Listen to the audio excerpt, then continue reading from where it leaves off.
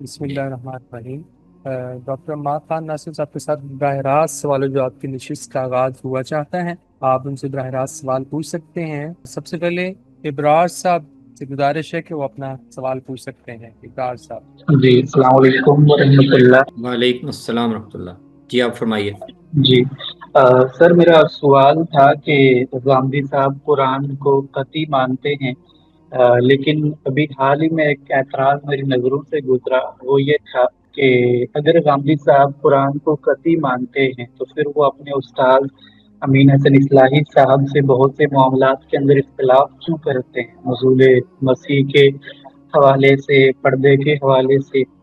تو اگر قرآن قطعی ہے تو پھر تو ریسیونگ اینڈ پہ بھی اختلاف نہیں ہونا چاہیے۔ تو یہ ایک جو کہ مجھے میرے لیے حیران کن چیز تھی، تو پلیز اس کے حوالے سے کلیریفائی کر دیں۔ قطعی کا لفظ دو معنوں میں کہا جاتا ہے۔ ایک معنوں میں تو کوئی بحث نہیں ہے کہ قرآن قطعی ثبوت ہے، یعنی اس کا رسول اللہ صلی اللہ علیہ وسلم سے ثابت ہونا یہ قطعی ہے۔ دوسری جو جس میں بحث ہوتی ہے وہ ہے قطعی الدلالہ ہونا، یعنی قرآن کے الفاظ کیا اپنے مفہوم پر اور مدعا پر قطعیت کے ساتھ دلالت کرتے ہیں یا نہیں کرتے، تو اس میں بحث ہوتی ہے۔ تو غامدی صاحب نے اس کی وضاحت کی ہوئی ہے اپنی تحریروں میں، مقامات میں وہ چیزیں شامل ہیں کہ وہ قطعی الدلالہ کا مفہوم مولانا فراہی جب یہ بولتے ہیں، مولانا اصلاحی بھی کہتے ہیں، اور مکتب فراہی کے دوسرے اہل علم بھی جب یہ کہتے ہیں کہ قرآن قطعی الدلالہ ہے، تو اس کا مطلب کیا ہوتا ہے؟ اس کا مطلب یہ ہوتا ہے کہ ہم یہ یقین رکھتے ہیں کہ اللہ تعالیٰ نے جس زبان میں قرآن اتارا تو اس زبان کے محاوروں کے لحاظ سے، اسالیب کے لحاظ سے، الفاظ کے لحاظ سے، کلام کی ترکیب کے لحاظ سے وہ بہترین اسلوب اختیار کیا ہے کہ جس سے وہ کہنا چاہتا ہے، جو کچھ وہ کہنا چاہتا ہے وہ اس کے الفاظ سے، اس کی مدد سے ان تک پہنچا جا سکتا ہے۔ تو اب کلام کی مراد جو ہے وہ بہت سی صورتوں میں اتنی واضح ہوتی ہے کہ اس میں کوئی بحث یا اختلاف نہیں پیدا ہوتا۔ قرآن مجید میں آپ دیکھیں تو بیشتر آیات میں، اکثر آیات میں مفہوم سمجھنے میں کوئی بحث یا اختلاف نہیں ہوتا، بہت سیدھا سادہ اور بہت واضح مفہوم ہوتا ہے۔ بعض جگہوں پر اس کا امکان ہوتا ہے کہ کلام میں احتمال پیدا ہوتا ہے، یعنی اس کی ایک سے زیادہ طریقوں سے اس کو سمجھا جا سکتا ہے فوری طور پر جب آپ اس کو پڑھتے ہیں۔ تو ایسے مواقع پر ہی اہل علم، ظاہر ہے قرآن جو ہے وہ غور کرنے کے لیے بھی ہے، قرآن اہل علم کے لیے اپنی ذہنی جو صلاحیتیں ہیں، اپنی جو محنت ہے، اس کو ایکسرسائز کرنے کا بھی ایک میدان ہے۔ تو ایسی چیزیں جو علمی جو تو قرآن کی بنیادی تعلیم ہے جس کے لیے وہ آیا ہے، اس میں تو ایسی کوئی بحث پیدا نہیں ہوتی، لیکن قرآن کے بعض بلیغ اشارات ہوتے ہیں، بعض بہت ہی لطیف انداز میں باتیں کہی گئی ہوتی ہیں، اور اسالیب بھی اس میں بڑے بلیغ اسالیب ہوتے ہیں۔ تو ایسے موقع پر کسی کلام کا یا جملے کا مفہوم متعین کرنے میں، یا اس سے ہم کیا سمجھ سکتے ہیں، اس میں اہل علم میں اختلاف کی گنجائش ہوتی ہے۔ تو یہ دو چیزیں کہ قرآن میں وہ سارا لوازمہ موجود ہے جس پر غور کر کے اہل علم اس کی مراد تک پہنچ سکتے ہیں، یہ ہے اس کے قطعی الدلالہ ہونے کا مطلب۔ لیکن اس کا یہ مطلب نہیں کہ سارے اہل علم ایک ہی سطح کے ہوتے ہیں، یا ان سب کی توجہ سب کی یکساں ان تمام شواہد اور قرآن کی طرف مبذول ہو جاتی ہے جس سے وہ مراد تک پہنچ جائیں۔ تو ان قرائن کو سمجھنے میں، اشارات کو سمجھنے میں، مدعا سمجھنے میں غور کے لحاظ سے، تدبر کے لحاظ سے یہ فرق ہو سکتا ہے، تو یہ اس کے خلاف نہیں۔ تو غامدی صاحب نے اس طرح سے اس کو واضح کیا ہوا بالکل اسی سوال کو، کہ قطعی الدلالہ ہونے کا مطلب یہ نہیں ہے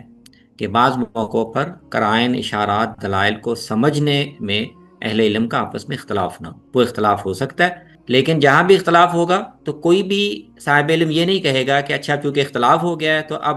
ہمارے پاس کوئی بنیاد نہیں رہی کہ ہم آپس میں بات کر سکیں یا طے کر سکیں کہ ہاں صحیح کس نے سمجھا۔ ایک اہل علم بھی اپنے دلائل پیش کرے گا، قرائن پیش کرے گا، دوسرا بھی پیش کرے گا، اور وہ آپس میں گفتگو کر سکتے ہیں، یعنی وہ بنیاد موجود ہے جس پر وہ اپنے اختلاف کو سیٹل کرنے کی کوشش کر سکتے ہیں۔ منصور احمد صاحب آپ سوال پوچھ سکتے ہیں۔ محترم منصور احمد صاحب آپ سوال پوچھ سکتے ہیں۔ السلام علیکم۔ وعلیکم السلام ورحمۃ اللہ وبرکاتہ۔ استاد، وہ ایک انجینئر محمد علی مرزا کے بارے میں اسلامی نظریاتی کونسل کا ایک فیصلہ ہم نے دیکھا تھا، اس کے آئینی حوالے سے بھی کچھ اپنا کمنٹ کریں، اور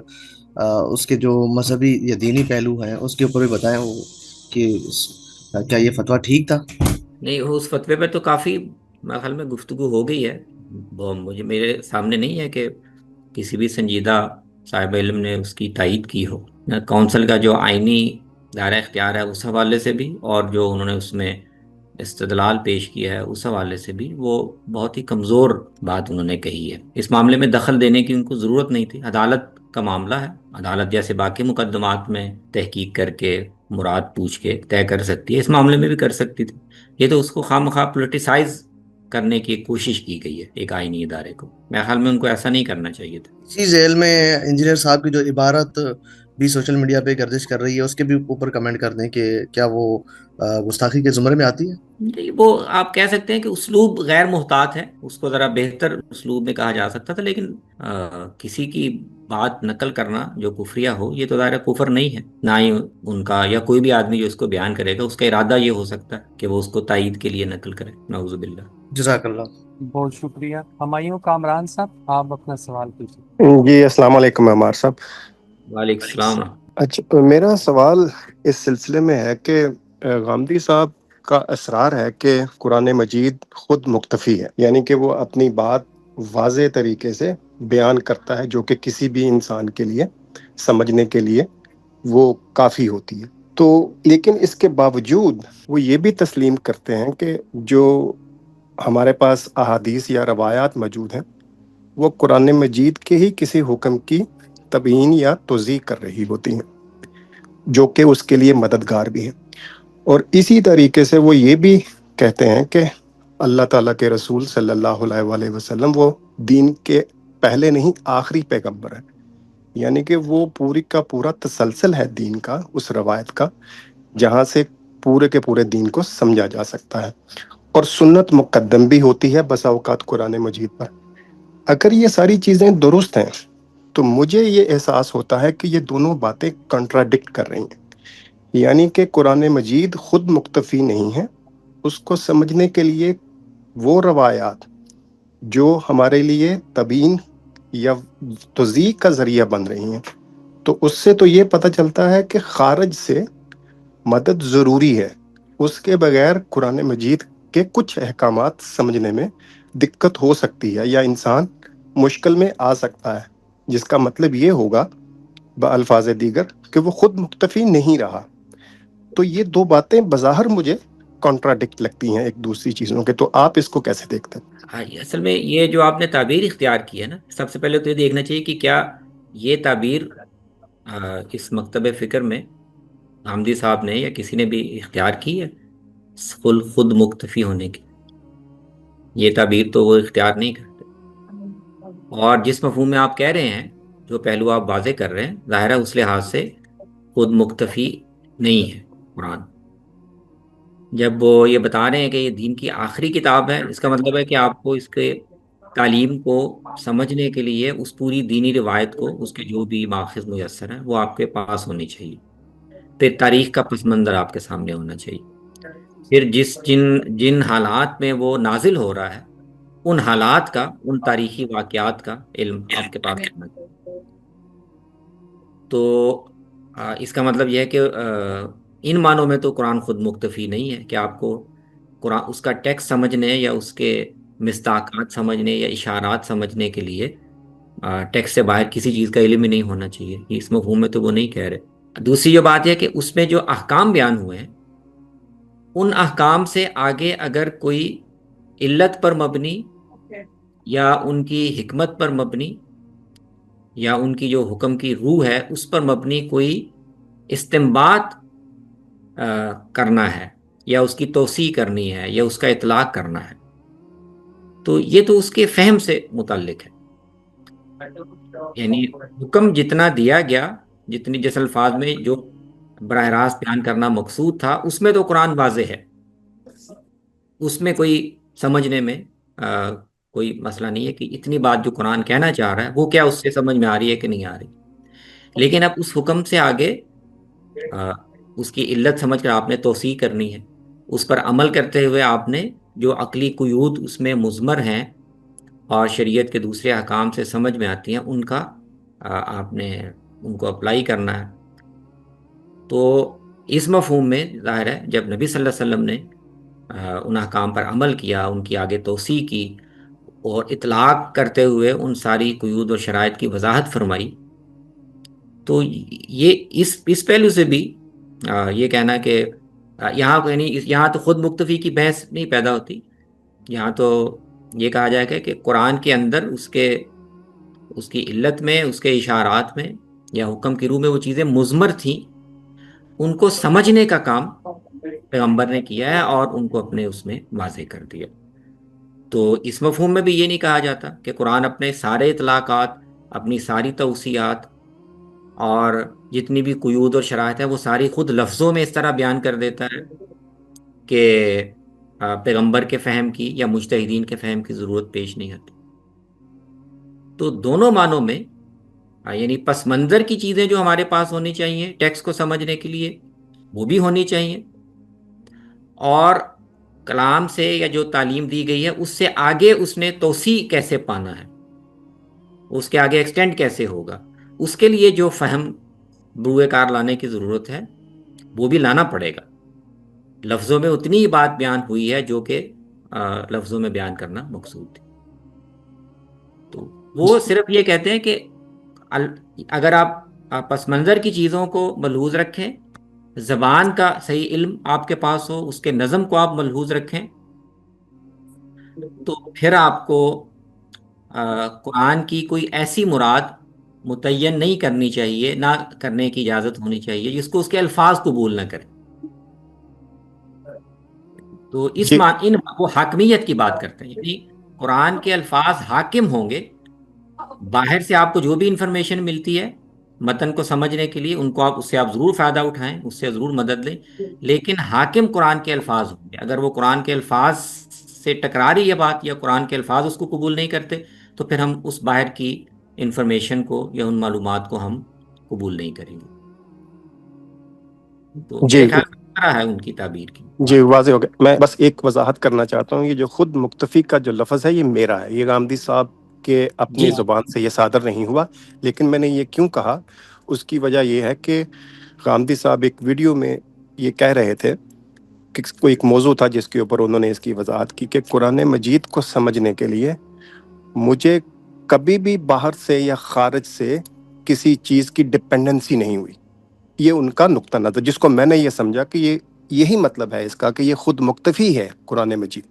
تو ہو سکتا ہے کہ مجھے سننے میں تسامح ہوا یا مجھے غلطی لگی ہو، لیکن مجھے اس سے یہی ہوا، اور یہ میں واضح کرنا چاہتا ہوں یہ ان کا لفظ نہیں ہے، یہ میری اپنی تعبیر ہے ان کی بات سن کر، جو کہ غلط بھی ہو سکتی. تو بس وہ ظاہر ہے جب وہ پوری بات بیان کر رہے ہیں نا کہ ہمیں تاریخ کا پس منظر بھی پتہ ہونا چاہیے، جس مذہبی روایت میں آخری کتاب آئی ہے وہ بھی ہمارے علم میں ہونی چاہیے، عرب کی ثقافت اور تاریخ پتہ ہونی چاہیے، قرآن جن حالات میں نازل ہو رہا ہے وہ ساری ہمارے سامنے ہونی چاہیے. تو پھر اس پوری بات کے اندر رکھ کر بات کو ان کی سمجھنا چاہیے کہ وہ جب قرآن کی حاکمیت کی بات کرتے ہیں تو اس سے پھر کیا مراد ہوتی ہے. شکریہ جی بہتر. عثمان علی صاحب آپ اپنا سوال پوچھ سکتے ہیں. السلام علیکم. وعلیکم جی سر، السلام. تو میرا یہ سوال تھا آپ سے، یہ بیت المقدس کے متعلق ہے، جو مسجد اقصیٰ کے متعلق. سر ہم جو اپنی اسلامی روایت میں جب دیکھتے ہیں تو مسجد اقصیٰ کے جو متعلق ہے، کیا وہ اسی طرح ہی اہمیت ملتی ہے جس طرح آج کل کی اسلامی جو ہے لٹریچر میں کہا جا رہا ہے کہ اس کی حفاظت کے لیے ہم سب کو اکٹھے ہونا ہے، وہ بہت کوئی ہمارا مذہبی فریضہ ہے، ایسے ہی جیسے کہ مسجد حرام یا مسجد نبی کا تحفظ ہے؟ کیونکہ سر بعض محققین نے یہ لکھا ہے کہ جب مروان بن عبد الملک بن مروان کا دور آتا ہے، امویز کے دور میں، جب ڈوم آف دا راک کو جب وہ مسجد بناتا ہے وہ، تو اس وقت اس کو خاص اہمیت دی گئی تھی کہ وہ کیونکہ شام کا، کیونکہ وہ ایک صوبہ بھی تھا، اس وجہ سے انہوں نے کیسے، بعض لوگوں نے تو ہسٹورین نے لکھا ہے کہ اس کو کمپیریزن کے طور پہ کہ جیسے وہ مقدس ہے اس طرح یہ میرا جو صوبے میں ہے یہ بھی اسی طرح مقدس ہے. تو خاص طور پہ اس لٹریچر میں اس کو زیادہ اہمیت اور اس کو اسلامی رنگ دیا گیا ہے، ورنہ تو ہیکل سلیمانی جو ہے وہ پورے کا پورا مقدس ہے جو کہ پوری ابراہیمی روایت میں تھا. تو جو مسجد اقصیٰ کو خاص کر کے اور اس کے خاص اہمیت دے کے اور اس کے لیے تمام مسلمانوں کو اکٹھا کرنا، تو اس کی سر جو روایت ہے وہ کیا پرانی حضور صلی اللہ علیہ وسلم سے چل رہی تھی یا یہ بعد میں پھر شامل ہوئی ہے؟ Thank you. نہیں، اس میں بہت سی چیزیں ہیں، اور اتنی بات کہ وہ ایک اللہ کے نبی کی بنائی ہوئی عبادت گاہ ہے اور مقدس عبادت گاہ ہے اور اس میں نماز پڑھنے کا اجر عام مساجد سے زیادہ ہے، اتنی بات احادیث میں ہے۔ اور پھر یہ کہ سیدنا عمر نے جب فتح کیا بیت المقدس کو، تو انہوں نے اسی احترام کو اور تقدس کو ملحوظ رکھتے ہوئے، وہ بے آباد تھی بلکہ وہاں لوگ گندگی وغیرہ پھینکتے تھے، مسیحی یہودی تو وہاں اس وقت تھے نہیں، نہ ان کے تصرف میں تھی، تو انہوں نے اس کو صاف کیا، آباد کیا، اور مسلمانوں کو وہاں خود بھی نماز پڑھی اور ایک جگہ مسلمانوں کو بھی، یعنی ایک روایت جاری کی کہ وہ مسلمان جہاں آئیں اور نماز پڑھا کریں۔ پھر بعد میں عبد الملک وغیرہ نے اس کو باقاعدہ قبہ تعمیر کر دیا۔ پھر آگے چل کر عام لوگوں میں اس کی تقدس کے حوالے سے یا اس کی اہمیت کے حوالے سے پھر بہت سی چیزیں جن کی دین میں کوئی اصل نہیں ہے، وہ پھر پھیلنا شروع ہو گئی۔ تو اہل علم ان کو بھی واضح کرتے رہے ہیں، امام ابن تیمیہ نے کافی تفصیل سے اس پر بات کی ہے کہ اس مقام کی دینی طور پر کتنا ہی اہمیت ہے، کتنا تقدس ہے، اور کون سے تصورات پھر لوگوں نے بعد میں اس میں شامل کر دیے۔ تو یہ ملی جلی چیزیں اس میں پھر اب جدید دور میں آ کے وہ جب ایک سیاسی تنازع کی شکل اختیار کی اسرائیل اور فلسطین کے معاملے نے، تو اس میں ظاہر ہے بہت مرکزی نقطہ یہ بن گیا، تو مسلمانوں نے اس پر تاریخی طور پر بھی سیاسی طور پر بھی مسلمانوں ہی کا حق چلا آ رہا تھا، لیکن جب وہ چھیننے کی کوشش کی گئی تو پھر ظاہر ہے مسلمانوں نے اس کے ساتھ جو مذہبی وابستگی ہے اور مسجد اقصیٰ کی جو اہمیت ہے مسلمانوں کی جذبات کے لحاظ سے، دینی لحاظ سے، اس کو بھی نمایاں کیا۔ تو یہ ساری ملی جلی چیزیں حدیث میں تو اتنا ہی ہے کہ وہ اللہ کے نبی کی بنائی ہوئی ایک عبادت گاہ ہے، بڑی محترم ہے، اور وہاں پہ مسلمانوں کو نماز پڑھنی چاہیے، اس کا اجر انہیں عام مساجد سے زیادہ ملے گا۔ جی بہتر ہوگا۔ اسید خان صاحب۔ السلام علیکم عمر صاحب۔ وعلیکم السلام ورحمۃ اللہ۔ عمر صاحب میرا سوال تصوف کے تعلق سے تھا کہ ہم استاد محترم حمدی صاحب کو دیکھتے ہیں کہ وہ تصوف کو ایک متوازی دین قرار دیتے ہیں، تو میرا سوال یہ تھا کہ وہ تصوف کو اپنی ذات میں متوازی دین قرار دیتے ہیں یا پھر اس کی بدعات جو بعد میں خرافات ہوئی ہیں اس کو قرار دیتے ہیں؟ جیسا کہ ہم اپنی تاریخ میں دیکھتے ہیں کہ امام ابن تیمیہ کا نام تصوف میں بڑی تنقید کی ہے انہوں نے، تو وہ بھی تصوف کو بذات خود یعنی تزکیہ اور تقوی کے لحاظ سے تو اس کو درست کہتے ہیں، لیکن جو صوفیہ اکرام جو جوہلا قسم کے صوفیہ بعد میں آئے تو وہ ان کی خرافات پہ تنقید کرتے ہیں۔ تو میرا سوال یہ ہے کہ غامدی صاحب جو متوازی دین قرار دیتے ہیں وہ تصوف کو بذات خود فی نفسی قرار دیتے ہیں یا پھر صوفیہ کی جو ہے کہ خرافات کو قرار دیتے ہیں؟ نہیں دیکھیں، تصوف پر تنقید جو ہے وہ آپ نے دونوں ایک پہلو تو آپ نے واضح کیا کہ تصوف پر تنقید اس دائرے میں تو سارے اہل علم کرتے رہے ہمیشہ، خود صوفیاء میں جو بڑے اکابر ہیں وہ جو اس طرح کی بے اعتدالیاں ہیں، بدعات ہیں، غلو ہے، عام لوگوں میں جو تصوف کے راستے سے چیزیں پھیل جاتی ہیں، تو بدعات پر، غلو پر تو تنقید فقہا اہل علم خود صوفیہ وہ کرتے ہی رہے ہیں، اس مفہوم میں تو ظاہر ہے سبھی کرتے ہیں۔ غامدی صاحب نے ان چیزوں کو براہ راست میرا خیال ہے موضوع اس طرح نہیں بنایا۔ ان کی جو تنقید ہے اور جس تناظر میں وہ یہ کہتے ہیں کہ متوازی دین ہے، تو وہ انہوں نے اپنی تحریر میں جو براہین میں شامل ہے اس میں تفصیل سے بیان کیا کہ اصل میں صوفیہ کے جو یہ تصوف کا وہ پہلو ہے جس میں صوفیہ یا اکابر صوفیہ تصوف کا جو علمی پہلو ہے، نظری پہلو ہے کہ اہل تصوف حقائق اور معارف کیسے حاصل کرتے ہیں، کہاں سے حاصل کرتے ہیں، تو وہ اپنے علم کا ماخذ جو باطنی علم ہے، ظاہری علم جو ہے جو قرآن و سنت کا ہے، اس کے سورسز اور اس کے ذرائع تو وہی ہیں جو اہل علم کے پاس ہیں، فقہا کے پاس ہیں، محدثین کے پاس ہیں، لیکن وہ اس کے پیرالل ایک دوسرے ذریعہ علم کا بھی وہ دعویٰ کرتے ہیں، اور وہ کہتے ہیں کہ ہم اس سے وابستہ ہوتے ہیں اور وہاں سے ہم وہ دینی حقائق، وہ معارف وہ ہمیں حاصل ہوتے ہیں جو یہ ظاہری علم سے، قرآن اور سنت کے ظاہری علم سے حاصل نہیں، اس ذریعے سے حاصل نہیں ہو سکتے۔ تو ایک تو اپنا ذریعہ علم اس قرآن اور سنت کی جو ظاہری روایت ہے، جو ایکسیسیبل ہے سب کے لیے، اس سے مختلف اور اس کے پیرالل وہ طے کرتے ہیں، وہ ان کو الہام کی صورت میں، کشف کی صورت میں براہ راست اللہ تعالیٰ کی طرف سے حاصل ہوتی ہے، اور اس کا ایک باقاعدہ نبوت کے یعنی پیرالل وہ ولایت کا ایک پورا انسٹیٹیوشن وہ مانتے ہیں کہ جیسے نبوت کا ایک پورا انسٹیٹیوشن ہے، اس کے لیے اللہ تعالیٰ اپنے نبیوں کا انتخاب کرتے ہیں جو لوگوں کو تبلیغ پر مامور ہوتے ہیں، اسی طرح ولایت کا ایک پورا انسٹیٹیوشن ہے،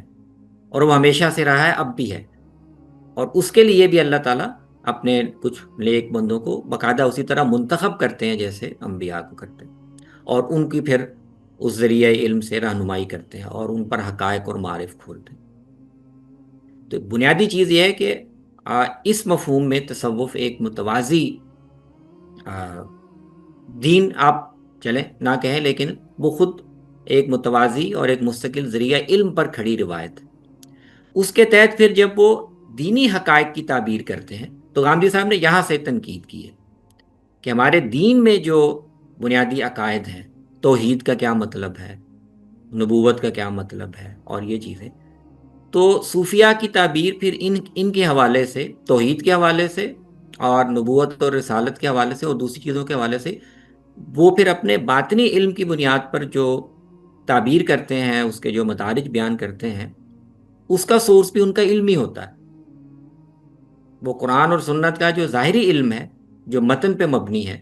وہاں سے وہ حاصل کیا ہوا نہیں ہوتا۔ تو اس طرح جب وہ دینی حقائق کو اپنے اس باطنی ذریعہ علم کی بنیاد پر ان کی ایک ایسی تعبیر کرتے ہیں جو مسلمانوں کے ظاہری علم کی روایت سے مختلف ہے، اس سے زائد ہے، تو یہاں پھر تنقید کرتے ہوئے غامدی صاحب کہتے ہیں کہ یہ ایک متوازی دین ہے۔ مولانا اس پہلو سے تنقیدیں تو پہلے بھی ہو چکی ہیں، جیسے کہ امام ابن تیمیہ بھی کشف و کرامات پر بڑی تنقید کرتے نظر آتے ہیں، لیکن انہوں نے اسے متوازی دین، مطلب تصوف کو اپنی ذات میں نفع بخش تو بہرحال وہ بھی کہتے ہیں، حالانکہ وہ کشف و کرامات پر بہت تنقید کرتے ہیں۔ نہیں، میں نے آپ کو موقف سمجھایا کہ وہ کس مفہوم میں اور کس پہلو سے وہ کہتے ہیں۔ آپ تعبیر سے اگر آپ سمجھتے ہیں کہ یہ تنقید ویلڈ ہے لیکن تعبیر ٹھیک نہیں ہے، تو آپ اختلاف کر سکتے ہیں، یعنی یہ بیان کرنے کے لیے متوازی دین کی تعبیر مناسب نہیں ہے، یہ اختلاف آپ کر سکتے ہیں۔ ایک اور چھوٹا سا سوال ہے اسی تعلق سے، میں مولانا مناظر حسن گیلانی رحمۃ اللہ علیہ کی ایک کتاب پڑھ رہا تھا، اس کے اندر انہوں نے شاہ اسماعیل شہید کے حوالے سے کچھ اس تعلق سے بحث کی ہے، تو انہوں نے یہ کہا ہے کہ جیسے علم فقہ ہے، ہم اس کو دینی علم کہتے ہیں، جبکہ یہ اس کا تعلق قوت متحرکہ یا محرکہ، وہ جو تعبیر استعمال کی ہے، قوت محرکہ سے ہے، اور جو دیگر قوتیں ہیں جیسے قوت متخیلہ، قوت واہمیہ اور قوت قلبیہ، تو اب ظاہر ہے ان تین قوتوں کا تعلق اہل تصوف سے ہے، تو آخر ہم اس کو دین کیوں نہ سمجھیں؟ یہ ایک سوال پیدا کیا ہے، آپ اس کا کیا جواب دینا چاہیں گے؟ دین، یہ اصل میں دیکھنا، یہ دین کا لفظ ہم کس مفہوم میں بولتے ہیں، وہ مفہوم طے ہو جائے گا تو پھر یہ آسانی ہو جائے گی طے کرنے میں۔ اگر تو دین سے مراد یہ ہے کہ اللہ اس کا پیغمبر جو ہدایت دے کر گئے اور یہ کہہ گئے کہ بھی الیوم اکملت لکم دینکم، دین تو میں مکمل اب تمہیں دے کے جا رہا ہوں، اور اس میں نہ کوئی کمی ہو سکتی ہے نہ بیشی ہو سکتی ہے، تو اس مفہوم میں اگر ہم دین کہہ رہے ہیں تو پھر تو وہ جو فقہ ہے جو قوت محرکہ سے پیدا ہوئی ہے یا جہاں سے بھی پیدا ہوئی ہے، وہ بھی دین کا حصہ نہیں ہے۔ وہ دین کے نصوص سے یا اس کے اصولوں سے آپ نے اپنے فہم کو شامل کر کے، اپنے حالات کو شامل کر کے، اور اپنی جو بھی قوت ہے فکریہ، اس سے آپ نے ایک علم یا ایک ڈسپلن پیدا کیا ہے، تو وہ دین کی رہنمائی پر مبنی ہو سکتا ہے، لیکن وہ اس مفہوم میں دین کا حصہ نہیں ہے، کیونکہ دین تو رسول اللہ کی وفات پر صلی اللہ علیہ وسلم مکمل ہو گیا۔ ہاں، اگر دین سے مراد آپ یہ لے رہے ہیں کہ دینی نصوص سے اخذ کی ہوئی اور اس پر مبنی کوئی رہنمائی ہے، تو توسیعاً ہم اس کو بھی دینی علم کہہ سکتے ہیں، تو اصولاً یہ بات ٹھیک ہے، اگر دینی قرآن اور سنت کی رہنمائی پر مبنی فقہی استنباطات ہیں اور اس کی ایک روایت ہے تو ہم کہہ سکتے ہیں وہ دینی علم ہے. اگر اسی دائرے میں اور انہی شرائط کے ساتھ قلبی علوم اور قلبی کیفیات یا اصلاح نفس کے کچھ علوم صوفیہ نے ڈیولپ کیے ہیں اور وہ مددگار ہیں، لیکن وہ مبنی قرآن و سنت پر ہیں اور ان کی حدود کے اندر ہیں، تو اس کو بھی ہم کہہ سکتے ہیں وہ دینی علم ہے. جی سید خان صاحب آپ کا بہت شکریہ. اسد زندانی صاحب آپ اپنا سوال پوچھ سکتے ہیں. السلام علیکم استاد گرامی، کیسے مزاج ہیں آپ کے؟ جی وعلیکم السلام ورحمۃ اللہ. ایک تو گزارش ہے اور ایک سوال ہے. جناب سوال طرح کا ہے کہ یہ مجھ سے کسی شخص نے پوچھا، یہ میرا بھی سوال رہا ہے بہت عرصے تک. خیر میرے پاس اس کا جواب ہے، لیکن میں چاہتا ہوں کہ ذرا متعین طریقے سے اس کا جواب مل جائے. کہ ہم جب اس دنیا میں آئے ہیں تو دنیا میں آنے کے لیے جو ہے ہم نے اللہ تعالیٰ سے جو ہے کسی قسم کا کوئی بانڈ سائن نہیں کیا، کوئی مطلب کسی قسم کا کوئی ایگریمنٹ سائن نہیں کیا کہ میں کہاں پیدا ہو سکتا ہوں، اس میں میرا کوئی عمل دخل نہیں ہے. اس کے اندر کس گھرانے میں پیدا ہوتا ہوں، اس پہ میرا کوئی عمل دخل نہیں ہے. ہم اس چیز کو جو ہے وہ بالکل متعین طور پہ مانتے ہیں کہ اللہ تعالیٰ کی ذات جو ہے وہ جو ہے منصف ذات ہے، اور 100% منصف ذات ہے. مطلب وہ ایبسلیوٹ جسٹس کا جو کانسیپٹ ہے وہ آخرت میں ہمیں پراپرلی ملے گا. ہم اس چیز کو بھی مانتے ہیں کہ اگر دنیا میں فار ایگزامپل مثال کے طور پہ کسی سینگ والی بکری نے اگر کسی بغیر سینگ والی بکری کو سینگ مارا ہے تو آخرت میں جو ہے یہ معاملہ رول ریورس کر کے جو ہے اگلے کو پورا اس کا بدلہ دیا جائے گا. اگر یہ تینوں باتوں پہ ہم ایمان رکھتے ہیں تو پھر یہ کیسے ممکن ہے کہ ایک شخص جو ہے مثال کے طور پہ آج کی دنیا میں وہ اگر کسی دوسرے مذہب میں یا کسی دوسرے گھرانے میں پیدا ہوا ہے، فار ایگزامپل کوئی کرسچن پیدا ہوا ہے، کوئی ہندو پیدا ہوا ہے، تو کیا وہ آخرت میں وہ مطلب وہ جہنم میں کیسے جائے گا؟ یہ عمومی ہمارے دین کا مزاج ہے نا، لوگ ہی کہتے ہیں کہ جی جو دوسرے مذہب میں پیدا ہوا ہے وہ جہنم میں جائے گا.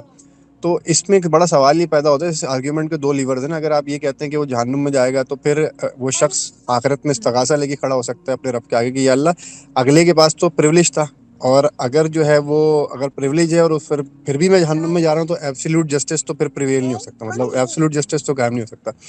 تو پھر اس معاملے میں ہم کیا کریں گے؟ ایک یہ تو میرا ایک سوال ہے، مطلب اس کی دلیل کیا ہے، ہم اس کو کیسے سمجھنا ہے، میں یہ جاننا چاہتا ہوں. اس معاملے میں سوچیں گے کس طرح سے ہم قرآن و سنت کی روشنی میں؟ اور دوسری گزارش یہ ہے کہ جیسے آپ نے قرآن و سنت کا باہمی تعلق پڑھایا ہے پراپرلی، اگر آپ جو ہے وہ ایک مرتبہ وہ فقہ احناف کا جو اصولی موقف ہے اگر آپ پڑھانا چاہیں ایک مرتبہ، اگر آپ تو ضرور جو ہے گزارش ہے میری کہ وہ بہت مستفید ہوں گے لوگوں سے. جزاک اللہ خیر. جی بہت شکریہ. دوسرے سوال کا جواب مختصر ہے تو میں دے دیتا ہوں. اس پہ مبنی کوئی 6 7 8 نشستوں کا ایک کورس میں نے المورد UK کے پلیٹ فارم سے، یہ رمضان سے پہلے وہ وہاں میں نے پڑھایا ہے. تو اس کے بنیادی مباحث وہ اخبار احاد کے، اصل میں اخبار احاد کے متعلق ہے. تو وہ ان کی ویب سائٹ پہ آپ کو وہ میرے خیال میں 7 8 نشستیں ہوئی تھیں، ان کی ریکارڈنگ آپ کو مل جائے گی المورد UK کے. ہاں جو آپ کا پہلا سوال ہے وہ سوال تو بالکل صحیح ہے، اور میرے خیال میں آپ کے سوال کے اندر بھی جواب بھی موجود ہے کہ عام طور پر ہم مسلمان ایسا سمجھتے ہیں. مسلمان تو بہت کچھ اپنے اپنے تصورات کے لحاظ سے سمجھتے ہوتے ہیں، لیکن ان کی دینی بنیاد نہیں ہوتی. تو ہمارے پاس تو کوئی ایسی بنیاد نہیں ہے جس کی روشنی میں ہم اس وقت یہاں دنیا میں اپنے علم کے دائرے میں یہ طے کر سکیں یا یہ حکم لگا سکیں کہ دنیا میں جو لوگ موجود ہیں مسلمانوں کے علاوہ دوسری روایتوں سے متعلق ہیں یا نہیں بھی متعلق ہیں، تو وہ لازماً سارے کے سارے جہنم میں جائیں گے. ہمارے پاس تو کوئی بنیاد نہیں ہے. ہمیں تو اچھا صرف یہ اس میں ذمہ داری دی گئی ہے کہ تمہیں اللہ نے یہ ہدایت دی ہے اور اس کو تمہیں لوگوں تک پہنچانا ہے. ہمارا کام لوگوں تک پہنچانا ہے، اور کن تک پہنچا نہیں پہنچا، پہنچنے کے بعد ان کا کیا رد عمل ہے، ان کے کیا آزار ہیں، ان کے کیا بیک گراؤنڈ ہیں، اس پر کوئی حکم ہمیں نہیں لگانے کا اختیار نہیں دیا گیا. وہ اللہ تعالیٰ بالکل انصاف کے ساتھ قیامت کے دن فیصلہ کرے گا. اور بعض روایات میں، احادیث میں تو ذکر بھی ہے بہت سی روایات میں کہ ایسے لوگوں میں سے قیامت کے دن اللہ تعالیٰ ان کو دوبارہ ایک موقع دے گا. جو لوگ یہ عذر پیش کریں گے کہ ہم تک بات نہیں پہنچی تھی، یا ہم اس وقت ایسی کیفیت میں نہیں تھے، یا کوئی بھی اور عذر تھا، تو ان کو وہاں دوبارہ ایک موقع دیا جائے گا اور ان کی آزمائش پھر ایک طرح سے وہاں مکمل ہوگی. اس میں پھر استاد ایک فالو اپ کوشچن یہ بنتا ہے نا کہ اکثر اوقات یہ سوال میں نے متعدد علماء کرام کی جو ہے خدمت میں بھی پیش کیا ہے، اور میں 10-15 سال اس سوال کو لے کے میں پڑھتا رہا ہوں، جب تک کہ میری ملاقات جو ہے وہ جاوید احمد غامدی صاحب سے نہیں ہوئی، پھر مجھے اس پہ کچھ کلیئرٹی مل گئی ہے۔ لیکن اس پہ عمومی طور پہ ہمارے یہاں جو مزاج پایا جاتا ہے وہ تو یہ ہوتا ہے کہ دیکھیں ہم گئے، ہم نے اگلے کو دین بتا دیا، اور اس کے بعد جو ہے پھر وہ سب اس کے سامنے دین آ گیا، لیکن وہ اس چیز کو بالکل پس پش ڈال دیتے ہیں کہ دین کا ایک عمومی، آپ اس کو کہتے ہیں نا کہ ایک نالج کسی کو دینا یا بتانا، اور کسی کے دل میں حق واضح ہو جانا، یہ دونوں مختلف باتیں ہیں۔ اور میں جب اپنی جرنی پہ تھا تو اس سفر کے دوران ایک 15 سال کا ایسا وقفہ ہے کہ میں جب یہ سوال لے کے گیا ہوں نا، تو مجھے یہی کہا گیا ہے کہ یار آپ تو قرآن کو نہیں مانتے ہو۔ وہ مجھے وہ 2-4 آیاتیں ہیں جو ہم سب جانتے ہیں وہ نکال کے مجھے دیتے ہیں کہ دیکھیں جی یہ آیت آپ مانتی ہی نہیں قرآن۔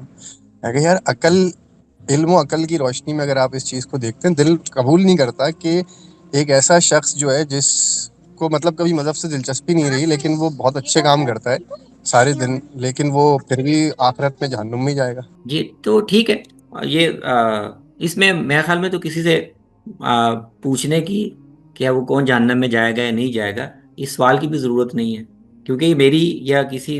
علماء کی یا کسی کی یہ ذمہ داری نہیں ہے یہ طے کرنا یا یہ بتانا کہ وہ کوئی جہنم میں جائے گا یا نہیں جائے گا۔ اچھا، اس میں یہ اللہ تعالیٰ کے ڈومین ہے، وہ فیصلہ کر لے گا۔ اس میں ایک آخری بس ایک فالو اپ کوشچن ہے کہ غامدی صاحب جو ہیں وہ سورہ بقرہ کی میرا خیال آیت ہے، وہ اس سے استدلال کرتے ہیں اس کے اوپر کہ چاہے کوئی بھی ہو، صحابی ہو، یہودی ہو، یا اس طرح کی ایک پوری آیت ہے، اس کا ترجمہ مجھے نہیں پتا، تو اگر آپ اس پہ تھوڑی سی وضاحت کر دیں ان کے موقف کی بھی اگر۔ ہاں، اس پر پچھلے نشست میں بھی بات ہوئی تھی، وہ اسی سے یہ اخذ کرتے ہیں کہ دنیا میں دینی ہدایت کے مختلف روایتیں انبیاء کی نسبت سے جاری رہی ہیں، تو قرآن مجید نے ان میں سے ایک دینی روایت کے پیروکاروں یہودیوں کے ہاں، نصارہ کے ہاں یہ الزام پیدا ہو گیا تھا کہ جنت صرف ہمارے لیے خاص ہے اور ہم ہی جائیں گے، تو قرآن نے ان کے الزام کا ابطال کرتے ہوئے، نفی کرتے ہوئے ان کو یہ بتایا کہ ایسا نہیں ہے، اللہ نے کسی گروہ کے ساتھ جنت کا اجارہ نہیں کیا ہوا۔ تو جن کے پاس بھی کوئی دینی ہدایت اور اس کی روایت چلی آ رہی ہے وہ اس سے وابستہ ہیں، یہودی ہیں، نصارہ ہیں، صابی ہیں، اور اب اہل ایمان بھی ہیں، تو اللہ نے ایک معیار رکھا ہوا ہے، اور ان مختلف گروہوں میں سے جو لوگ بھی اس معیار کو پورا کریں گے، اللہ اور یوم آخرت پر ایمان اور اس ایمان کے تقاضے پورے کرنا اور عمل صالح، ان میں سے جو گروہ بھی اختیار کرے گا تو وہ اللہ کے ہاں اجر کا مستحق ہے۔ تو اس سے وہ یہی استدلال کرتے ہیں کہ جب پچھلے گروہوں میں سے ایک گروہ کو اس الزام پر تصحیح کی گئی تو وہ ہمارے لیے بھی تنبیہ ہے، ہمارے لیے بھی تنبیہ ہے کہ ہم اس الزام میں مبتلا نہ ہوں، اور جو فیصلے اللہ کے کرنے کے ہیں اور اس کے لیے اپنے سٹینڈرڈز طے کیے ہوئے ہیں اس میں ہم حکم نہ بنے۔ جزاک اللہ استاد، بہت شکریہ، تھینک یو۔ جی اسد الدین دانی صاحب بہت شکریہ آپ کے سوالات کا۔ منصور احمد صاحب آپ سوال پوچھ سکتے ہیں۔ استاد ایک سوال ایک اور ہے کہ سورہ حجرات میں رسول اللہ صلی اللہ علیہ وسلم کے سامنے اپنی آواز کو پست رکھنے کے احکام نازل ہوئے ہیں، بخاری میں اس کی شان نزول کے طور پر ملتا ہے کہ ابو بکر و عمر رضی اللہ عنہم آپس میں کسی معاملے میں بلند آواز میں بات کر رہے تھے، کیا تاریخ اعتبار سے یہ سیاق درست ہے؟ نہیں، وہ اس کے شان نزول کے طور پر اس سے نہیں بیان ہوا۔ شان نزول تو اس کا غالباً بنو تمیم کے کچھ اعراب تھے، بدو تھے، اور قرآن مجید میں ایسے ہی ذکر ہے، ان الذین ینادونک من وراء الحجرات، اعراب کا ذکر ہے کہ ان کا رویہ ایسا تھا، وہ باہر آ کر کھڑے ہو جاتے تھے حجرے میں اور ادب کا لحاظ کیے بغیر پکارنا شروع کر دیتے۔ تو قرآن کے الفاظ سے ہی واضح۔ جو روایت جس کا آپ ذکر کر رہے ہیں مجھے اس طرح مستحضر ہے کہ اس آیت کے بعد صحابہ جو ہیں وہ اس قدر محتاط ہو گئے اور اس قدر وہ یعنی ایک طرح سے خوف میں مبتلا ہو گئے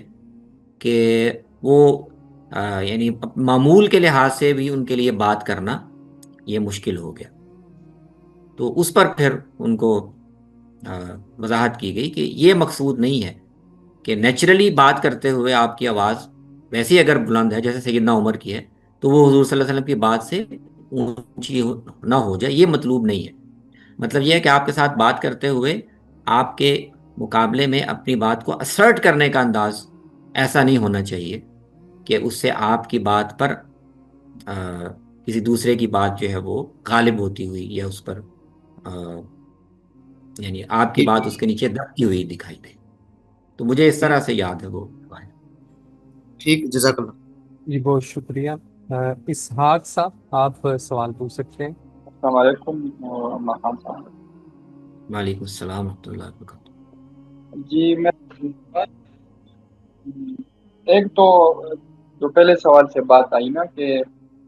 ایمان مع تقاضوں کے، تو اس کو ہم وجودی دنیا میں پھر کیا نام دیں گے؟ چلو ہم مانتے ہیں کہ اس کو ہم اسلام نہیں قرار دے سکتے، تو پھر کیا تعبیر کریں گے اس کی اگر لوگوں کو بتانا ہو؟ آپ کا سوال واضح نہیں ہوا، کس چیز کی آپ بات کر رہے ہیں؟ مطلب آپ نے پہلے سوال کے جواب میں فرمایا نا کہ دین جو بھی ہو، یعنی اللہ کے ہاں یہودیت اور یہ سارے ایک خاص پہچان کے تناظر میں اللہ نے جو ہمیں دین دیے ہیں نا، تو ہر ایک نے اپنی ایک پہچان بنا کر جو ہے لوگوں کے سامنے پیش کر دی۔ تو اب اسلام کو مطلب ہم کس تاثر سے لیں گے کہ یہ انہی دینوں کے تناظر میں ایک دین ہے، یا یہ اللہ کی بالکل آخری آپشن ہے ہمارے لیے کہ بس یہی ہوگا؟ یا ہم جی ہاں میں سمجھ گیا۔ ہاں اس سے ایک سوال، یہ دوسرا سوال یہ پیدا ہوتا ہے کہ، اور پچھلی نشست میں اس پر اس حوالے سے بات ہوئی تھی، بعض لوگ اس سے یہ استدلال کرتے ہیں کہ چونکہ وہاں پر اللہ تعالیٰ نے رسول اللہ پر ایمان کا ذکر نہیں کیا اور ایمان باللہ اور یوم آخر اور عمل اس کا ذکر کر دیا ہے، تو اس لیے رسول اللہ صلی اللہ علیہ وسلم پر ایمان لانا یہ گویا قرآن کے نقطہ نظر سے لازمی نہیں ہے یا وہ مطلوب نہیں ہے۔ تو اس پر ہم نے بات کی تھی کہ یہ بالکل اور بات ہے، یہ چیز نہیں ہے۔ یعنی اللہ اور یوم آخرت پر ایمان لانے کا مطلب کیا ہے کہ اگر اللہ نے اپنے رسول بھیجے ہیں تو ان کو، اور وہ معلوم ہو گیا کہ اللہ کے رسول ہیں اور وہ یہ دعوت دے رہے ہیں کہ ہم پر ایمان لاؤ، تو اللہ پر ایمان اور یوم آخرت پر ایمان کیسے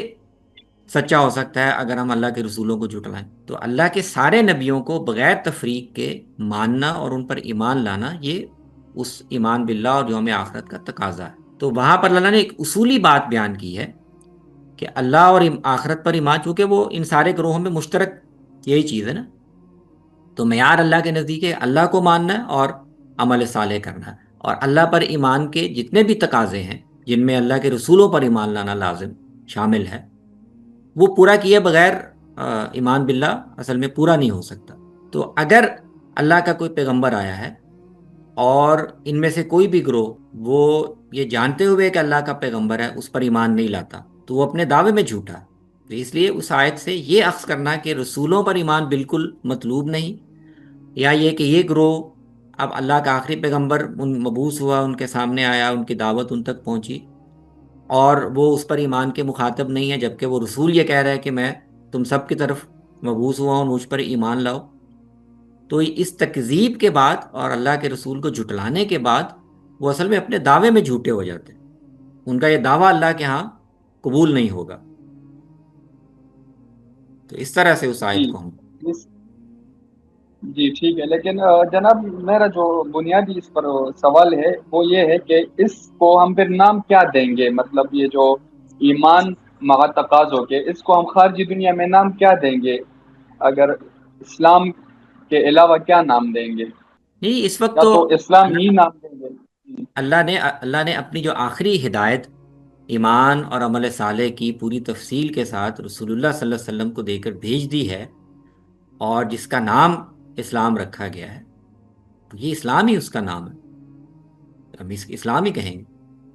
اس وقت تو اللہ کی وہ ہدایت جس پر ایمان اور جس کی پیروی اس کا مطالبہ ہے اس کی طرف سے ساری دنیا سے، وہ اسلام ہی ہے۔ ٹھیک ہے جی، یہ سوال تو میرا کلیئر ہو گیا۔ دوسرا جی اسلام اب اس طرح مختلف دینوں میں سے کوئی ایک دین نہیں ہے کہ لوگ جس کی بھی پیروی کر لیں ہاں تو وہ نجات، ایسا نہیں ہے۔ اسلام ہی اللہ کی طرف سے ہدایت ہے، البتہ وہ اصول اپنی جگہ کہ ہم نے اس کا ابلاغ کرنا ہے، اور لوگوں نے اس کی پیروی کی ہے نہیں کی، ان تک پہنچا ہے یا نہیں پہنچا، یا ان کے پاس کیا عذر ہے، اس پر کوئی فیصلہ دینے کا اختیار ہمارے پاس نہیں۔ ٹھیک، یا صحیح نہیں، یعنی فیصلہ ہم صادر نہیں کر سکتے، ورنہ ہمارے لیے یہی اسلام ہی تو وہ آخری دین ہے جی جس پہ جی، ہم نجات ہمارے حاصل لیے، کر سکتے ہمارے لیے بھی نہیں، پوری دنیا کے لیے، سب کے لیے یہی اللہ ہیں۔ کی چلو آخری ہدایت ہے، لیکن ان تک پہنچانا وہ ہماری ذمہ داری ہے۔ ٹھیک ہے جی، اور ایک آخری سوال ہے آپ کی اجازت سے کہ غامدی صاحب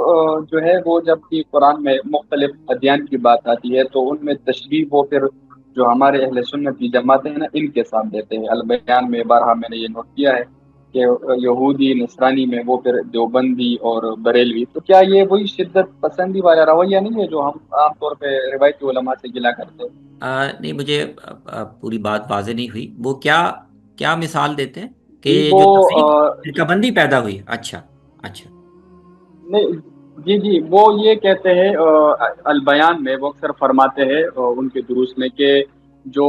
یہودیت اور نصرانیت جو دین بنے ہیں تو یہ ایسا ہے جیسے ہم نے ابھی اپنے مذہب میں دیوبندیت، بریلویت اور اہل حدیث جیسے جماعتیں بنائی اور انہی کی طرف ہم اب دعوت دیتے ہیں،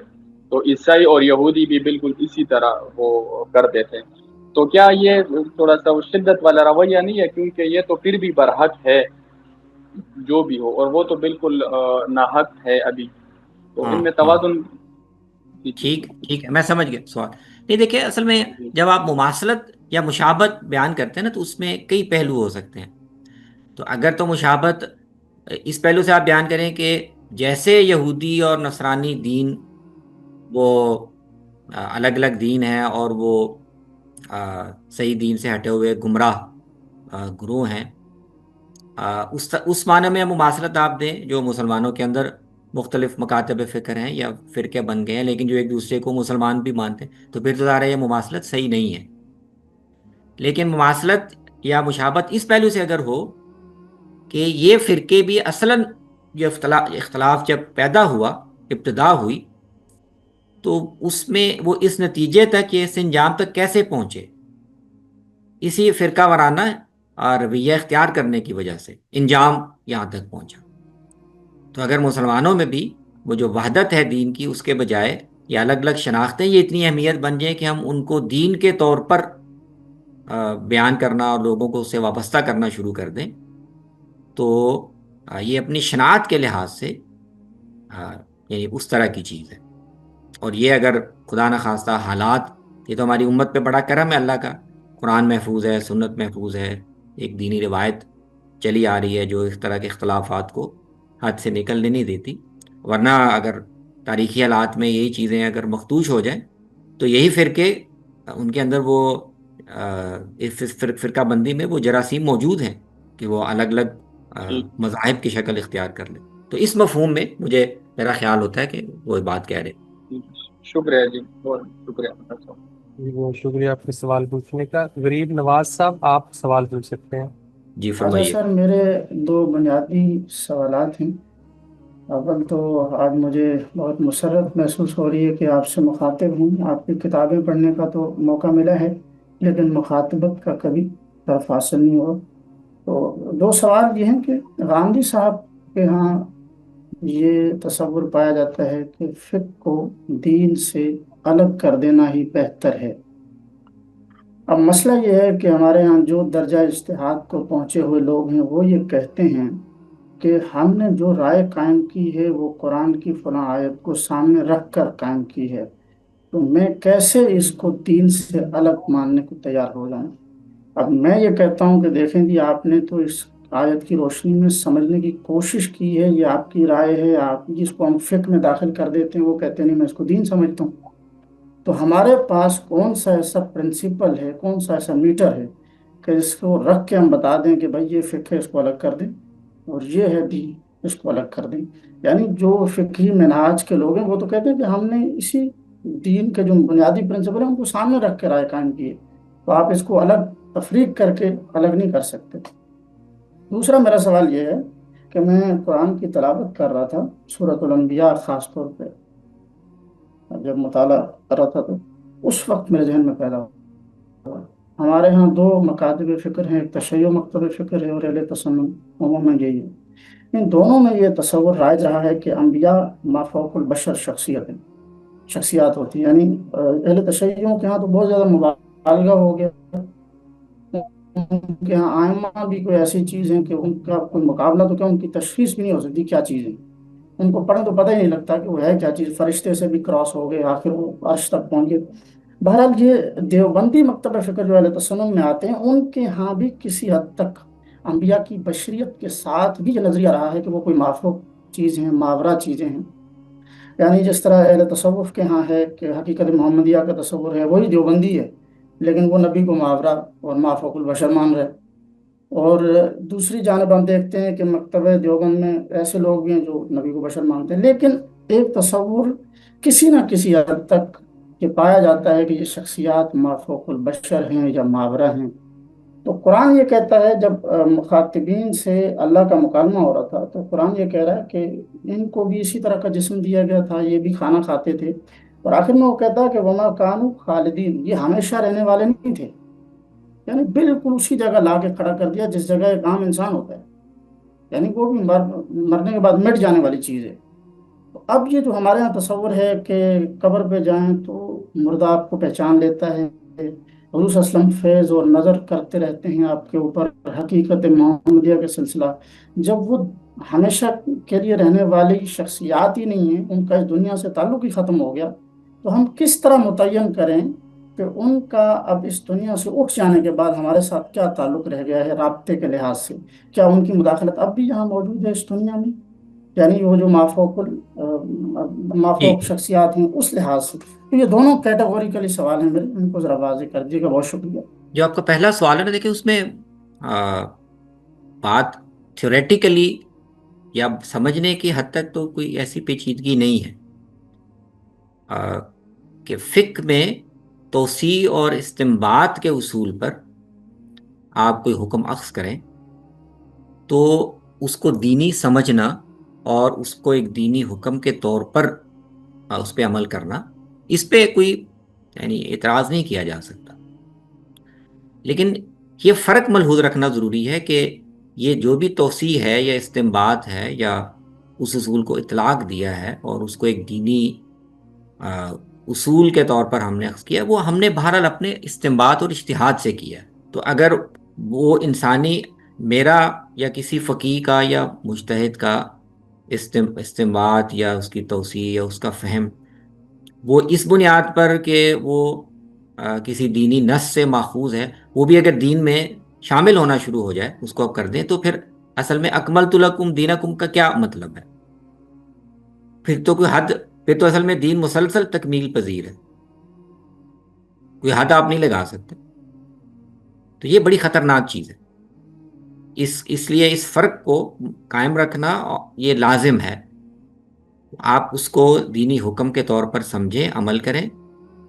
اور دینی اس پر عمل کی اسپرٹ یہی ہونی چاہیے آپ نے، لیکن درجہ اگر آپ اس کو یہ دیں کہ میں نے چونکہ سمجھ لیا ہے، یا جس امام یا جس پیشوا پر مجھے اعتماد ہے اس نے اس کو سمجھ لیا ہے، تو اب باقی لوگ جو ہیں وہ اس سے اختلاف نہیں کر سکتے، یا اس سے اگر وہ ہٹیں گے تو وہ دین سے ہٹ جائیں گے، تو یہ ظاہر ہے غلو میں آتا ہے۔ دوسری جو آپ کی بات ہے، اس میں دو چیزیں ہمارے سامنے رہیں، ایک تو یہ کہ دیکھیں نا، یہ جو بھی انبیاء ہیں، اولیاء ہیں، اللہ کے نیک لوگ ہیں، تو ان کے بارے میں یہ تصور جو ہے نا کہ وہ ما فوق البشر ہیں، اس کی ایک بنیاد تو پائی جاتی ہے، یعنی وہ پیدا کہاں سے ہوتا ہے اور کیوں ہوتا ہے؟ وہ اس لیے کہ نبی جب یہ دعویٰ کرتا ہے نا کہ میں نبی ہوں، تو یہ دعویٰ اصل میں ایک عام انسانوں سے مختلف ہستی ہونے کا دعویٰ، کیونکہ عام انسانوں کے ساتھ اللہ کلام نہیں کرتا، ان کو ہدایت کا ذریعہ نہیں بناتا، ان پر وحی نہیں نازل کرتا، تو غیب کے ساتھ یا خدا کے ساتھ ایک تعلق قائم ہونا اور وہ مستقل رابطے میں ہونا، تو اس سے نبی کی شخصیت کے بارے میں تصور کہ وہ عام انسانوں کی طرح نہیں ہے، چاہے وہ جسمانی طور پر انسان ہے لیکن وہ اپنی ذریعہ علم کے لحاظ سے، اپنے مقام اور رتبے کے لحاظ سے عام انسانوں جیسا نہیں ہے، تو یہ تو اس میں شامل ہے۔ وہ پھر آگے چل کر اصل میں غلو کی جو کمزوری ہے انسانوں میں، عقیدت میں غلو ہوتا ہے، بعض دفعہ نفرت میں بھی غلو ہو جاتا ہے، اس میں پھر وہ اپنی سطح سے یا اپنے دائرے سے آگے بڑھ کر وہ پھر یہ شکل اختیار کر لیتا ہے کہ غیب سے تعلق کی یا عام انسانوں سے مختلف ہونے کی نوعیت یہ ہے کہ گویا وہ اپنی ہستی یا اپنی شخصیت کے لحاظ سے بھی انسانوں سے مختلف ہے۔ اور پھر ظاہر ہے کہ روح کے بارے میں تو ہمیں معلوم ہے کہ یہ جسم جو ہے دنیا میں جو ملتا ہے یہ تو ایک عارضی جسم ہوتا ہے، لیکن اصل شخصیت تو روح ہے نا۔ تو روح کے بارے میں پتہ ہے وہ اس جسم میں آنے سے پہلے بھی تھی، اس جسم میں آنے کے بعد بھی ارواح تو ہیں۔ تو جب ایک غلوف کا رجحان پیدا ہو گیا تو پھر ہم اس ہستی کو جس کا جسم ہمارے سامنے کہیں زمین میں مدفون ہوگا وہ پھر اس تک محدود نہیں سمجھتے عام انسان، وہ پھر روح کے ساتھ، ان کی ارواح کے ساتھ اس نوعیت کی عقیدت یا اس نوعیت کا ایک تصور پیدا کر لیتے ہیں، اور پھر یہ ساری چیزیں ماننا ممکن ہو جاتی ہیں کہ ان کا تعلق ہے یا ان کا ایک تصرف ہے یا جو بھی معاملہ۔ اس کا سورس کیا ہے؟ تو عام لوگوں کے سطح پہ تو وہ غلو ہوتا ہے، جیسے سیدنا مسیح علیہ السلام کے بارے میں قرآن نے بیان کیا۔ تصوف میں اصل میں ہمارے جب وہ عرفانی علم کا اور ایک باطنی علم کا ایک سورس ہمارے جو تصوف کے اہل علم ہیں وہ جب یہ مان لیتے ہیں نا کہ ایک الگ سورس ہے، تو وہ پھر بہت سی چیزیں اس سورس سے پھر وہ آپ کو بتاتے ہیں کہ آپ کی رسائی نہیں ہے، آپ کا ادراک نہیں ہے، لیکن ہمیں پتہ ہے کیونکہ ہم اس دائرے سے متعلق ہیں، ہم اس ذریعہ علم سے وابستہ ہیں، ہم اپنے باطنی علم و کشف کی بنیاد پر بتا سکتے ہیں کہ اولیاء کی ارواح وہ فیض بھی دے رہی ہوتی ہیں، ہم رابطے میں بھی ہوتے ہیں، ان سے ہمیں انوار بھی مل رہے ہیں۔ تو یہ تو دو آپ کہہ سکتے ہیں اس کے عام آدمی کی سطح پر وہ ایک خوش عقیدگی کا یا توہم کا معاملہ ہے، لیکن وہ صرف اس تک نہیں ہے، وہ تصوف کی روایت میں پھر باقاعدہ ایک جب وہ ایک ذریعہ علم اپنے لیے کلیم کرتے ہیں تو اس سے پھر وہ اس کو جسٹیفائی کرتے ہیں، اور یہ دونوں چیزیں جب مل جاتی ہیں، عام آدمی ویسے ہی خوش عقیدہ ہوتا ہے، اس کے ساتھ جب اس کو کسی دینی روایت کی نیک لوگوں کا ایک پورا سلسلہ ہو، اس کی تائید مل جائے علمی، تو پھر وہ بہت اس کی پاور یا اس کی جو تاثیر ہے وہ پھر بہت بڑھ جاتی ہے۔ ارے میں اسی کے تسلسل میں تھوڑا سا مزید پوچھنا چاہوں گا کہ آپ کا خالص نقطہ نظر اس حوالے سے کہ یہ تو جو تصوف کہتے ہیں نا کہ ہمارے پاس ایک سورس موجود ہے، ہم اسی کے ذریعے آپ کو سارا کچھ بتا رہے ہیں، تو آپ کا اس معاملے میں ذاتی موقف کیا ہے کہ یہ کوئی قرآن و حدیث سے ماخوذ چیز ہے کہ ہم سمجھ سکتے ہیں کہ واقعی یہاں سے کوئی چیز جو ہستی چلی گئی ہے اس کا بھی کوئی رابطہ ممکن ہے اس دنیا میں؟ یہ مین ٹو دی پوائنٹ اگر میں کہوں تو یہ سوال ہے۔ جی نہیں، قرآن اور حدیث میں تو انبیاء کے بارے میں بھی ایسی کوئی شہادت نہیں ہے۔ اس دنیا میں جب وہ ہوتے ہیں تو وہ تو قرآن بھرا پڑا ہے کہ اس دنیا میں جب وہ ہوتے ہیں تو ان کا رابطہ بھی ہوتا ہے، ان کے ہاتھ پر ان کے ذریعے سے خوارق بھی ظاہر ہوتے ہیں، نشانیاں بھی ظاہر ہوتی ہیں۔ لیکن یہ کہ حضرت مسیح دنیا سے تشریف لے گئے، دنیا میں تو دیکھیں نا وہ ایک طرح سے وہ سارے ہی کام کر رہے ہیں جو خدا کرتا ہے، وہ مردوں کو زندہ کر رہے ہیں، مٹی کی مورت میں پھونک مار رہے ہیں، وہ زندہ وجود بن رہی ہے وہ، لیکن جب دنیا سے تشریف لے گئے تو وہ ان کے معجزات، ان کے خوارق دنیا میں اس حد تک تھے، تو مسیحیوں نے وہیں سے غلطی کھائی، اور وہ پھر اس کے لیے ان کو پھر عقیدہ ایک بنانا پڑا نا کہ یہ دنیا میں جو ظاہری وجود ہمارے سامنے آیا تھا یہ اس کی ظاہری تجسیم تھی، اصل میں وہ خدا ہی تھا جو ایک جسمانی شکل میں دنیا میں ہمارے سامنے ہے۔ تو اسی طرح کے پھر عقیدت پر مبنی، توہم پر مبنی غلو وہ پھر دوسرے انبیاء کے بارے میں بھی پیدا ہو جاتے ہیں، ہمارے ہاں پھر اللہ کے ایک بزرگوں اور اولیاء کے بارے میں پیدا ہوئے۔ شہریار صاحب آپ اپنا سوال پوچھ سکتے ہیں۔ السلام علیکم۔ وعلیکم السلام ورحمۃ اللہ وبرکاتہ۔ یہ حضرت میرا یہ سوال تھا کہ یہ جو لوگ یہ مانتے ہیں کہ جی حضرت عیسیٰ واپس آئیں گے اور امام مہدی آئیں گے، اب جو نہیں مانتے وہ کہتے ہیں کہ وہ مسلمان ہی ہے، وہ کافر ہیں۔ یہ بہت سے اہل حدیث علماء ہیں، دیوبند علماء ہیں، اور یہ جو سلفی حضرات ہیں یہ کہتے ہیں کہ جی جو نہیں مانتا کہ حضرت عیسیٰ واپس آئیں گے اور امام مہدی آئے گا اور یہ جنگیں ہوں گی یہ سب، تو وہ مسلمان نہیں ہے، وہ کافر ہے۔ اب یہ دل قبول نہیں کرتا کہ اب کوئی آئے گا اس طرح، تو کوئی بھی کہے گا کہ میں امام مہدی ہوں، میں عیسیٰ بن کے آ گیا ہوں، اس طرح تو ہر کوئی یہ کہتا پھرے گا۔ تو یہ کس طرح ہم یہ قبول کر لیں یہ چیزیں کہ جب یہ اسلام مکمل ہو گیا، اب کوئی آئے گا وہ کہے گا میں اللہ کے نبی کی اولاد میں سے ہوں، میں سید ہوں اور میں امام مہدی ہوں اور میں عیسیٰ آ گیا ہوں۔ تو یہ کس طرح یہ ہوگا؟ یہ سمجھ نہیں آ رہی بات، کس طرح ہم قبول کریں گے یہ چیز؟ یہ جھوٹ ہے، یہ کیا ہے؟ یہ سمجھ نہیں آ رہا ہے۔ جی جی نہیں، دیکھیں بنیادی طور پر اس بات سے تو مجھے اختلاف ہے کہ ان چیزوں کو آپ کفر اور ایمان کا معیار بنائیں، یہ تو ٹھیک نہیں ہے، اس لیے کہ ایمانیات یعنی جن چیزوں پہ ایمان رکھنا ضروری ہے وہ اور چیزیں ہیں، وہ اللہ نے اس کے رسول نے بہت وضاحت سے بیان کر دی ہیں۔ ایمانیات کا معیار انہی کو بنانا چاہیے۔ نبی صلی اللہ علیہ وسلم نے اپنے علم کی بنیاد پر بہت سی اطلاعات دی ہیں اگلے زمانے کے بارے میں، پچھلے زمانے کے بارے میں، قیامت کے دن کے بارے میں، تو ان اطلاعات پر اصولی طور پر ان کے سچا ہونے پر یقین رکھنا یہ ہمارے ایمان کا تقاضا ہے۔ لیکن کسی خاص اطلاع کے بارے میں کوئی شک پیدا ہو جائے، تردد پیدا ہو جائے، کوئی سوال پیدا ہو جائے، تو اس پر کفر اور ایمان کے فیصلے کرنا یہ میرے نقطہ نظر سے درست نہیں۔ باقی جو آپ کا دوسرا اشکال ہے نا کہ وہ نبی صلی اللہ علیہ وسلم نے اطلاع دی اور وہ آئیں گے اور تو ہم انتظار میں، تو کسی کے انتظار میں نہیں ہے، اور نہ کسی کے آنے پر ہمارے دین کا یا ہماری ہدایت کا یا ہماری کسی بھی ذمہ داری کا مدار ہے۔ ہمارا دین مکمل ہے، کوئی اور آئے یا نہ آئے ہمارے دین میں کوئی کمی بیشی نہیں ہوگی، نہ ہماری کوئی ذمہ داری اس پر موقوف ہے۔ وہ ایک اطلاع ہے، قیامت کے قریب اور بہت سے واقعات ہوں گے غیر معمولی نوعیت کے، ان میں سے ایک واقعہ یہ بھی ذکر ہوا ہے، تو ہمیں نہ تو ان کے انتظار کی ضرورت ہے، نہ ہماری، جیسے میں نے عرض کیا، نہ ہماری ہدایت ان کے آنے پر موقوف ہے، نہ ہماری کوئی ذمہ داری عملی ان کے آنے پر موقوف ہے۔ وہ اپنے وقت پر جب ان کا ظہور ہوگا تو وہ ہو جائیں گے، جو ان کے ذمہ کام ہے وہ کر کے چلے جائیں گے۔ تو اس میں ہمارے لیے کوئی اس کو یعنی اصولاً ماننے میں کوئی میرے خیال میں مشکل یا پیچیدگی پیدا نہیں ہوتی۔ کہ کوئی سوالات ہیں بہت سے اہل علم کے ان روایات کے بارے میں، ان پر ایک ظاہر الگ گفتگو ہو سکتی ہے علمی طور پر، لیکن اس تصور پر یا اس کے امکان پر کوئی اس نوعیت کا اشکال میرے خیال میں نہیں ہونا چاہیے۔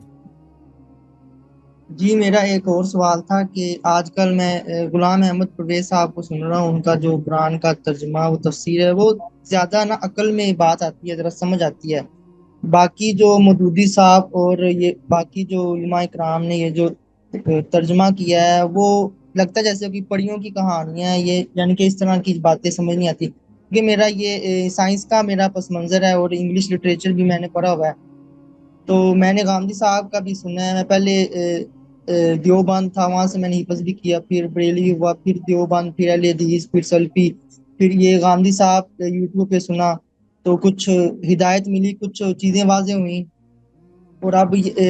غلام احمد پرویز صاحب کا میں سن رہا ہوں۔ تو مجھے یہ بتائیے کہ قرآن کا ترجمہ صحیح کون سا ہے جو سائنسی ہو اور آج کے زمانے میں وہ یعنی کہ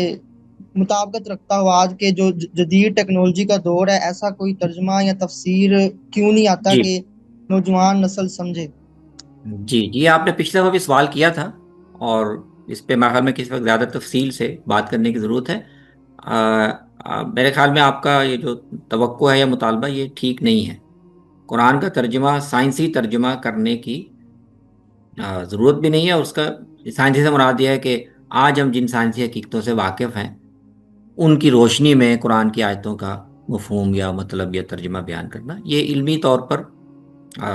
درست نہیں ہے، اور اس سے کئی گمراہیاں پیدا ہو سکتی ہیں۔ قرآن ایک خاص دور میں، ایک خاص زمانے میں، ایک خاص محاورے میں نازل ہوا ہے، اور اس کے الفاظ کا وہی مفہوم ہے، وہی مطلب ہے جو اس وقت اس کے مخاطبین سمجھتے تھے۔ تو یہ میں تو اسی اصول کو درست مانتا ہوں۔ تو اس کے الفاظ کا وہی مطلب اور وہی تعبیر ہونی چاہیے جو قرآن کے اولین مخاطبین کے محاورے میں ان کی زبان میں مانا جاتا تھا. سائنسی تفسیروں کو اور میں اس علمی طور پر درست نہیں سمجھتا. باقی اس کے تفصیلی پہلو ہیں وہ کسی اور موقع پہ کوئی پہلو زیر بحث آئیں گے تو ہم بات کر لیں گے. جی آخری سوال میرے خیال میں لے لیں, توفیق صاحب ہیں شاید. جی جی توفیق صاحب آپ سوال کر سکتے ہیں.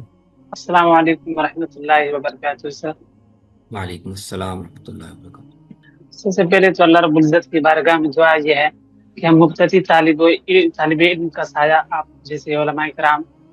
کے ذریعے سے دراز رہے. میرا سوال یہ ہے حضرت, یہ ہندوستان میں ہم لوگوں کو ہمیشہ یہ نان مسلم کی طرف سے یہ سوال اٹھایا جاتا ہے کہ اسلام میں عورتوں کو کوئی مرتبہ کوئی عزت نہیں ہے, وہ عورت صرف یوز کرنے کے لیے, جیسے حلالہ کا کانسیپٹ وہ لوگ جو بتاتے ہیں, کیا اسلام میں صرف عورت یوز کرنے کے لیے ہے؟ تو یعنی میرا سوال یہ ہوا کہ حلالہ کا تصور کیا ہے اسلام میں, اور اس پر اگر کوئی بک ہے تو بتا دیجیے. نہیں اصل میں یہ ہے نا مسئلہ کہ مسلمانوں میں بے شمار چیزیں ثقافت کے سطح پر یا غیر مستند مذہبی علم کے ذریعے سے ایسی پھیلی ہوئی ہیں جن کو وہ دینی سمجھتے ہیں, اور وہ پھر اسلام پر بھی اس سے سوالات پیدا ہوتے ہیں. حلالہ کا جو تصور عام ہے اور لوگوں کے کئی جگہوں پر وہ پریکٹس میں بھی ہے, اس کا تو اسلام سے کوئی تعلق نہیں. اور آپ کسی بھی فرقے کسی بھی گروہ کے کسی بڑے عالم سے آپ پوچھیں گے, دارالفتاء میں آپ پوچھ لیں, ویب سائٹس پہ آپ سرچ کریں تو اس میں آپ کو اس کی حقیقت پتہ چل جائے گی. حلالہ کا یہ مفہوم یا یہ تصور یا یہ شکل جو ہمارے ہندوستان میں رائج ہے اس کا دین سے کوئی تعلق نہیں. لیکن اگر وہ ہو رہا ہے ایسا تو ظاہر ہے غیر مسلم تو ان کے ذہن میں سوال تو پیدا ہوگا, خواتین کے ذہن میں بھی پیدا ہوگا, وہ سوال پیدا ہونا بنتا ہے. سر بہت ابھی جو آئلہ محمد صلی اللہ علیہ وسلم کے ہندوستان میں ٹرینڈ چلا ہوا, اس سے پہلے یہی سوالات بہت اٹھائے گئے. ہر ٹی وی چینل پہ یہی ہے کہ عورت اسلام میں صرف یوز کرنے کے لیے, ان کو کوئی مرتبہ عزت نہیں ہے, صرف حلالہ کا یہ حلالہ بہت جیسے اسدالدین اویسی صاحب اس کو بھی ایڈریس کرتے رہتے. میرا کنسیپٹ کلیئر ہی نہیں ہو پاتا, میں اس کو کیسے ایڈریس کروں, میں کیسے سمجھاؤں؟ ہاں نہیں وہ چیزیں بہت سی ہیں نا, تو ظاہر ہے آپ نے اپنے لیے سمجھنا ہے تو ایک ایک کر کے آپ اب اس پہ تو لوگوں نے اہل علم نے چیزیں کافی لکھی ہوئی ہیں, توضیحات بھی کافی ہوئی ہیں. اگر آپ اس وقت خاص حلالہ کے بارے میں سمجھنا چاہتے ہیں تو حلالہ اصل میں جو اس کا مروج طریقہ ہے وہ تو بالکل عورت کی تذلیل ہے, لیکن اس کا کوئی شرعی جواز نہیں ہے. قرآن مجید میں جو طریقہ بتایا گیا وہ تو یہ ہے کہ اگر ایک شوہر اپنی بیوی کو 2 دفعہ 2 موقعوں پہ طلاق دینے کے بعد تیسری دفعہ بھی طلاق دے دے تو اس کے بعد وہ اس کے ساتھ نکاح نہیں کر سکتا, نکاح میں اس کو نہیں رکھ سکتا, وہ عورت کسی اور کے ساتھ نکاح کرے. یہ اللہ تعالیٰ نے خاص حکمتوں کے تحت خاوند کے حق اختیار, اس کے اختیار کو, حق طلاق کو محدود کیا ہے کہ وہ ہر دفعہ طلاق دے کے رجوع کر لے, ہر دفعہ طلاق دے کے رجوع کر لے, اور اس طرح عورت کے لیے پریشانی کا ذریعہ بنے. نہیں, یہ حق اس کو سوچ سمجھ کے استعمال کرنا ہے. 2 دفعہ تک وہ رجوع کر سکتا ہے, اس کے بعد پھر یہ ختم ہو جائے گا. اب وہ کسی اور سے نکاح کرے. تو اصل میں قرآن نے یہ کہا ہے. تو اس پر سوال یہ پیدا تھا کہ اچھا کیا اب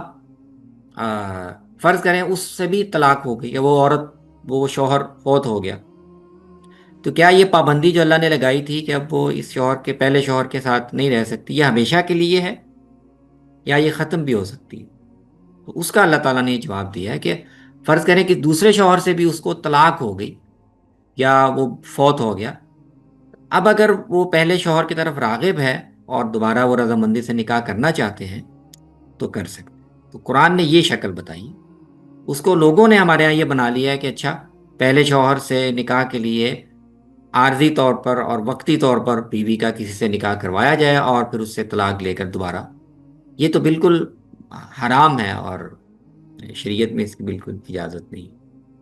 تو اس وقت میں اسی حوالے سے جی واضح کرتا ہوں, باقی آگے آپ کے اور سوالات اٹھائیں گے تو